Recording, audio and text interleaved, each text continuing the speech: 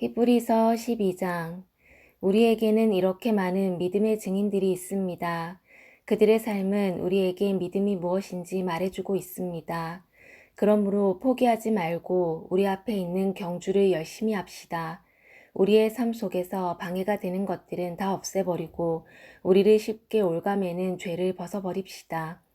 우리 믿음의 시작이며 또 믿음을 완전하게 하시는 주님만을 바라봅시다. 예수님께서는 십자가에서 돌아가실 때 아무것도 아닌 것처럼 모든 부끄러움을 참아내셨습니다. 예수님께서는 하나님께서 예비해 두신 기쁨을 기대하셨기 때문에 그렇게 하실 수 있었던 것입니다. 이제 그분은 하나님 보좌의 오른편에 앉아 계십니다. 예수님을 생각하십시오. 예수님께서는 죄인들이 그를 미워해서 악한 일을 할 때에도 묵묵히 참으셨습니다.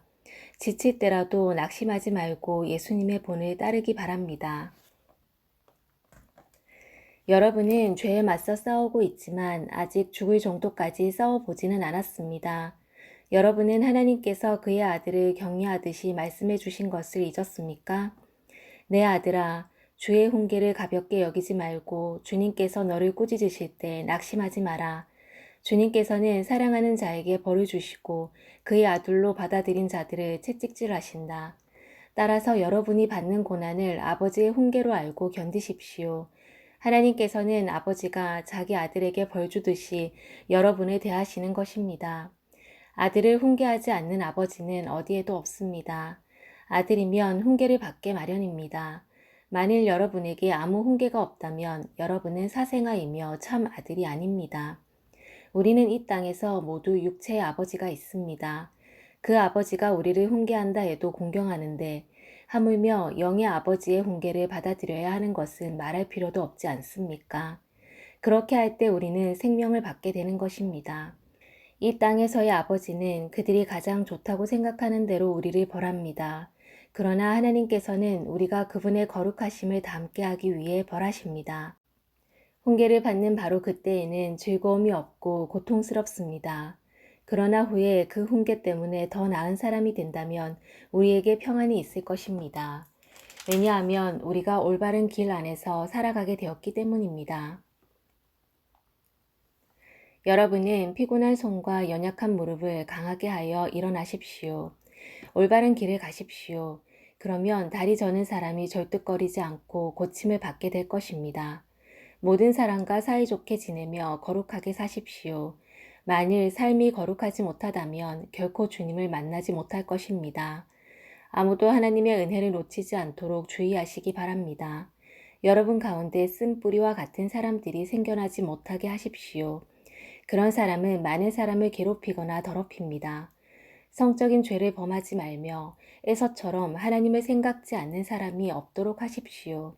에서는 맏아들로서 아버지의 모든 것을 다 받을 수 있었지만 한 그릇에 먹을 것을 위하여 맏아들의 특권을 팔고 말았습니다.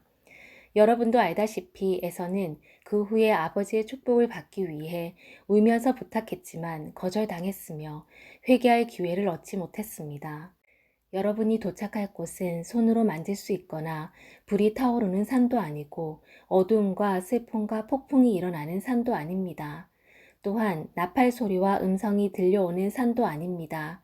이스라엘 백성이 산에서 들려오는 음성을 들었을 때 그들은 더 이상 하나님께서 말씀하시지 않도록 부탁했습니다.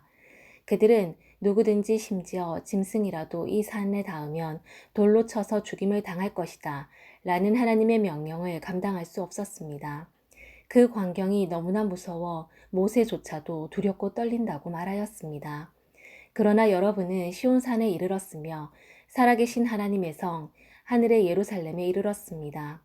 이곳은 수많은 천사들이 기뻐하며 함께 모여 있는 곳입니다. 또 하늘의 이름이 기록된 맏아들의 모임이 열리는 곳이며 모든 사람의 심판자이신 하나님께서 계신 곳입니다. 그리고 완전하게 된 의인들의 영혼이 거하는 곳이기도 합니다. 여러분은 그의 백성들에게 하나님의 새 언약을 가져다 주신 예수님께서 계신 곳에 왔습니다.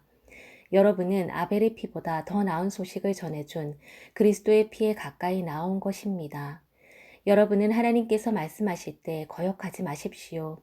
옛 선조들은 땅에서 모세를 통해 경고를 받고도 순종하지 않다가 벌을 받았습니다. 이제는 하나님께서 하늘로부터 우리에게 경고하시는데 우리가 그 말씀을 듣지 않는다면 어떻게 되겠습니까? 예전에는 그 소리가 땅을 흔들었지만 이제는 땅뿐만 아니라 하늘까지도 다시 한번 흔들어 놓겠다고 하나님께서 약속하셨습니다. 다시 한번 이라는 말은 흔들릴 수 있는 것들은 모조리 없애버리시겠다는 뜻이기도 합니다. 이것은 흔들리지 않는 것들만을 남기려는 것입니다.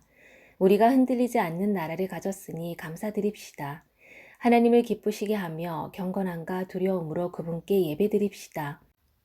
우리 하나님은 모든 것을 태워버리는 불과 같은 분이십니다. 아멘.